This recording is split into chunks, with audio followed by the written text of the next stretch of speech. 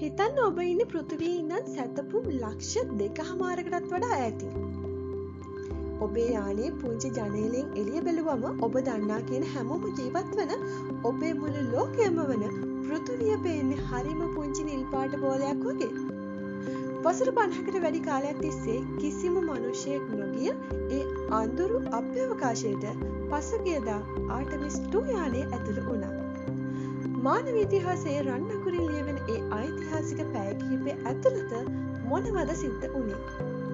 Apollo 13 තැබූ වාර්තාව බිඳදමමින් මිනිසා මෙතෙක් විශ්වයේ ගිය දුරම ගමන ගැන සම්පූර්ණ කතාව අද අපි බලමු. අපි කතාවේ මුලටම යමු. 1970 අප්‍රේල් මාසයේ මානව වර්ගයා සඳ ජයගෙන ඉතාම උද්‍යෝගයෙන් හිටපු කාලයක්. Apollo 13 මෙහෙයුම පිටත් වුණේ සඳ මතට ගොඩ බහින්න.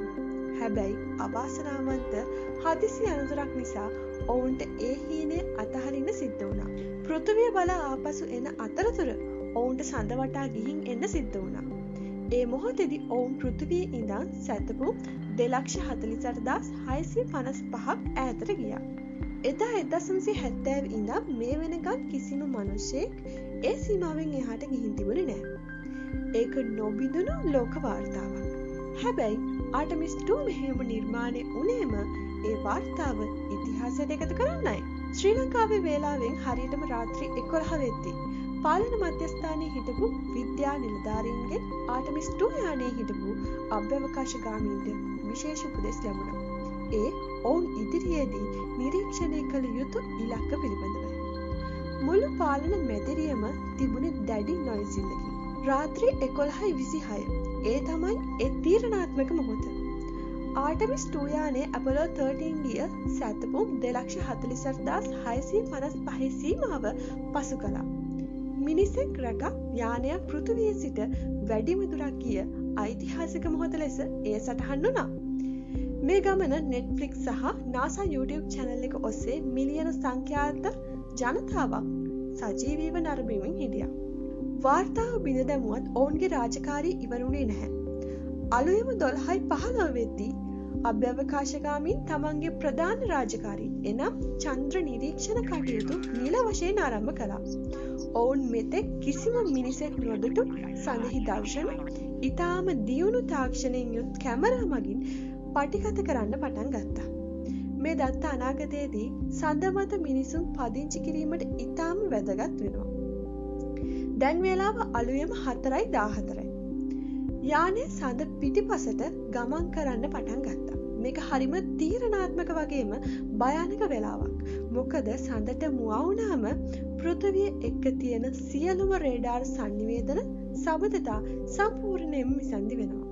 හරියටම විනාඩි 40ක් ඔවුන් ලෝකයෙන් සම්පූර්ණයෙන්ම වෙන් වෙලා හිටියා. ඔවුන්ට යම් අනතුරක් වුණොත් ඒක පෘථිවියට දැනගන්න පවා විදිහක් නැහැ. නමුත් ඒ අඳුර සහ නිශ්ශබ්දතාවයෙන් මැද ඔවුන් දුටුවා අතිශය දුර්ලභ දර්ශනයක්. අලුයම 4:15ට ඔවුන්ගේ ඔරායන් යානයෙන් පෘථිවිය සඳ මතු පිටින් බැස යන ආකාරය හෙවත් Earthset දර්ශනය ඔවුන් නරඹනු ලැබුවා. ඒ අසිරිමත් දර්ශනය නරඹද්දී ඔවුන්ට දැනුණු හැඟීම ඔබට හිතාගන්න පුළුවන්ද? සංනිවේදනයේ නොමැති වුණත් යානය තවදුරටත් ඉදිරියටම ගියා. අලුයම 4:32 වන විට ඔවුන් සඳ මතු පිටට සැතපුම් 4,070ක් තරම් සමීපයට පැමිණියා. ඉන්පසුව එළඹුණේ ඓතිහාසිකම වැදගත් මොහොතයි. අලුයම 4:37 ආටමිස් යානය පෘථිවියේ සිට සැතපුම් 2,52,706ක උපරිම දුරකට ළඟා වුණා. මානව වර්ගයා විශ්වයේ මෙතෙක් ගිය වැඩිම දුර මෙයයි.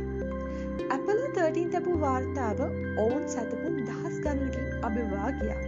අලුයම 4:55ට Earthrise හෙවත් සඳට මුවා වී තිබූ පෘථිවිය නැවත දර්ශනය වීමත් සමග සංනිවේදන සබඳතා යථා තත්ත්වයට පත් වුණා. ඔවුන්ගේ මෙහෙයුම සාර්ථක වූ බව ලෝකයටම දැනුම් දුන් ඒ මොහොතේ පාලන මැදිරියම ප්‍රීති ഘോഷා නගන්න පටන් ගත්තා. සඳ ජයගෙන ආපු මේ වීරයෝ අනාගත පරම්පරාවට අලුත් බලාපොරොත්තුවක් දුන්නා. මේ මෙහෙයුම සාර්ථක වීම මීළඟට මිනිසා අඟහරු ලෝකයට යන ගමනේ පළවෙනි පියවරයි. තාක්ෂණය දියුණුවත් එක්ක මිනිසා තවත් කොච්චර දුරක් යයිද? ඉතින් ඔයාලගේ අදහස පහලින් කමෙන්ට් කරන්න. තවත් දවසක මේ වගේ වීඩියෝකින් හමු වෙනකන් ඔයාලා හැමෝටම සුබ දවසක්.